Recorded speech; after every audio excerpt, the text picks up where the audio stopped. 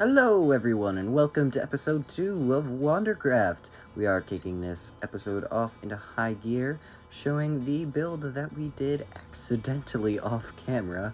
I meant to hit record, and by the time I hit record I had done all of the house. So right here we're just putting in a little sidewalk. We're going through a couple different renditions of how we're going to lay this out, but we're also having the street in the center. And we're gonna do kind of like a little suburban town. So this is going to be the first house on our list of different buildings that we're going to make.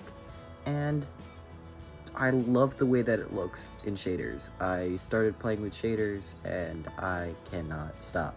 My game is very, very laggy if I play with shaders normally, so I just put it in the replay mod and I'm like, lovely. So let's get building into the next house that we're going to put into our suburban town. We're actually going to go through the full build process, so here we are in our building testing world. We can see some of the old builds from different things that we have done. So what we're doing here is we are just going to do the outline right in front of us. If I can pop out of slow motion in just a minute. Yep, there we go. So we're going to do the outline of the house. We're going to go with a L kind of shape. We're going to use some spruce floors, building up the walls. We're using terracotta for most of these houses, just because I feel like it gives a nice suburban vibe, because it's a vibrant color, but also kind of pale. So I very much enjoy the terracottas for these houses. So let's get into building the rest of this house, and I'll chime in just a minute.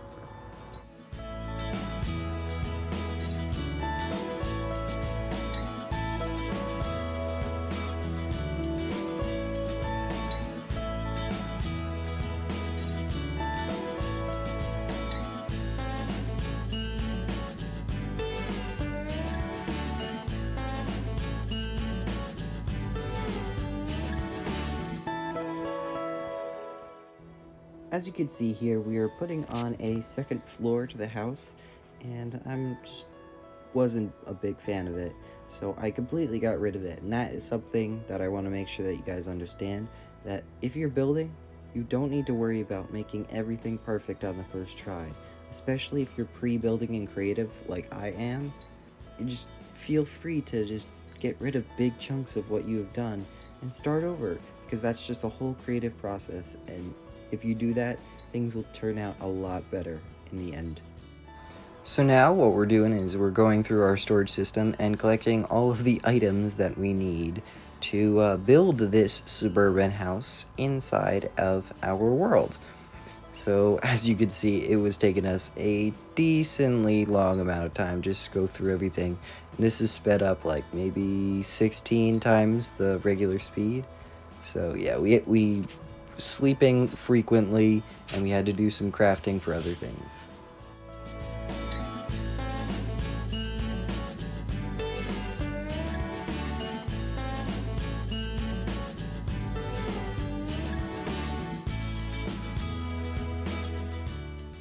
This build is almost going to be put together like almost like a printer. I'm going layer by layer because I have the Linematic mod, I believe it's called, where I have an overlay inside of the world of the entire build, and I'm going layer by layer, putting it together. So like right here, I'm putting down every single little fence post and fence gate exactly as the build is in the creative world, and I'm just placing it down, basically copying block by block what I had before, including all the interior decorations, and it just makes the whole build process whole lot easier in survival. That way I could just go layer by layer, and I don't necessarily have to think. Just put on a show in the background or some sort of audiobook or something, and I just chillin', having a good time.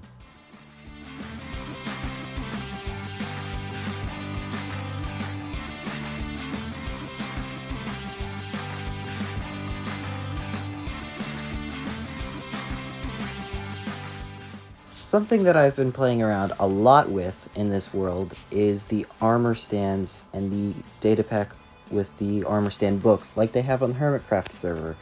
And I was able to make some pretty cool things with the exterior or interior decorations for this, such as this glass table using glass panes in the hand slot of the armor stands. And then I came over here and I made some marshmallows and some sticks on this little side table next to the campfire, and I was moving them around, rotating them, just to make it look as natural as possible. So, to end out this episode, what we are going to do is we are going to do a first-person shaders tour of our new houses. So this one you did not get to see as much, but this is the first one that we built. This one has an exterior of the white terracotta. We have a nice front porch where we will eventually put a table there. And then coming on in the inside, we have the armor stands holding the tool rack position. Have a nice ceiling, some kitchen counter, whatever, nice carpet, couch with a table. And then we come into the bedroom where we have a very simplistic design, a nice little closet which also has the armor stand tool rack on the inside. I'm using the loom on the right side. I don't know if you can see that. You can't really see it right now. There it is. The loom is holding a empty shelf for the bookshelf. And out back, we'll go for that in a minute. But in the garage is pretty empty, but we did put some things on the shelves, like we have the arrow and some wood up on the higher shelf, just using the armor stands once again. And then coming out in the backyard, I love this backyard so much. We have a nice little pool here, a little raft, a little pool tube thing in the center of the pool. We have this awesome grill, which has a frying pan on it, and then some cooked meat on there as well. And we have some lounge areas over here. So now let's go and check out the other build. So here is our second house that we made. We have this super long front porch area here that we haven't done anything with, but we might add some furniture or something.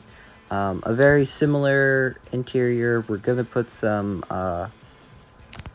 shelves above the kitchen like we have in the other place. And then this one, we actually did a bathroom. We have some toilet paper on a roll.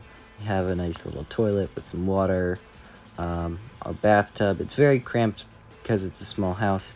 The bedroom is very, very simplistic, and I'm going to add some other things eventually, but right now I don't have much in there. But yeah, the two rooms are connected, just as so. It's a small house, not much to it, but here is my favorite part, this exterior glass table right here with the armor stands. I'm so proud of that, so proud of that.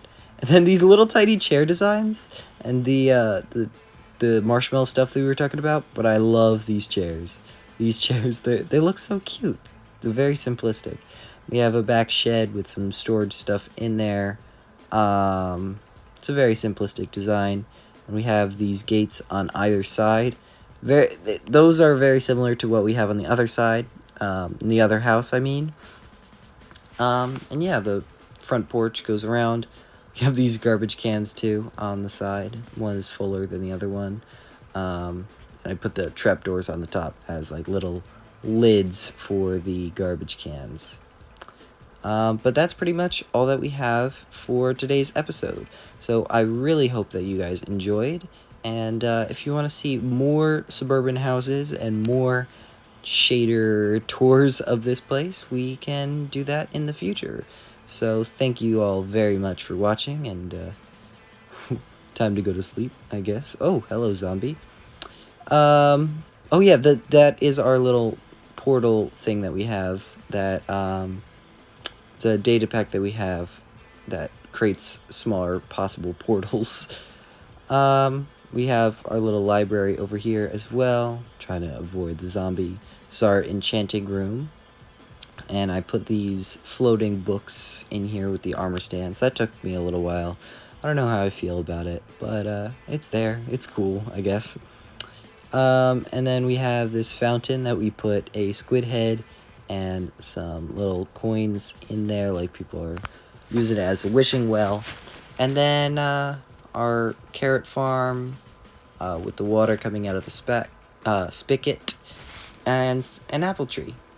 But finally, that's all that we have for today's episode. So thank you very much for watching, and I hope you all have a good day. Bye-bye!